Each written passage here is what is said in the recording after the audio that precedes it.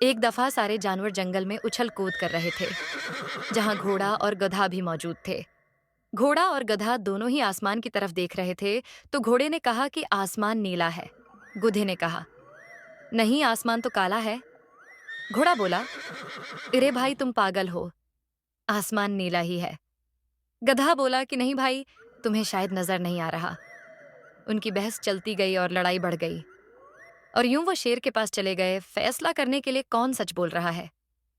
शेर ने बड़े इत्मीनान से दोनों की बात सुनी और उस सुनने के बाद वो हैरान हो गया और उसने घोड़े को सजा सुना दी। घोड़ा बहुत रोया और परेशान हो गया। वही गधा खुश हो गया और वहां से चला गया।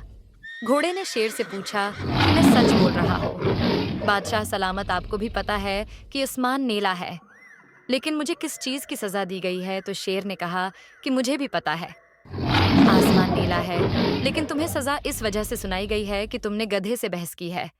और तुमने उससे बहस क्यों की? तुमने कहा कि वो तो गधा था, इसने तो बहस ही करनी थी। लेकिन तुमने आगे से बहस क्यों की? तुम्हारी बहस करने की वजह से मैंने तुम्हें जेल की सजा सुनाई है। देखो मियाँ, तुम में और उसने तो कोई फर्क ना रह गया। फिर अगर तुम समझदार होते तो बहस न करते, वहीं खामोश हो जाते। घोड़ा शेर की बात समझ गया और वो खामोश हो गया। फिर घोड़े ने शेर से माफी मांगी। आइंदा मैं उस बात का ध्यान रखूंगा। इसी तरह शेर ने घोड़े को रहा कर दिया और फिर वो खुशी खुशी जंगल में उछल कूद करने लगा।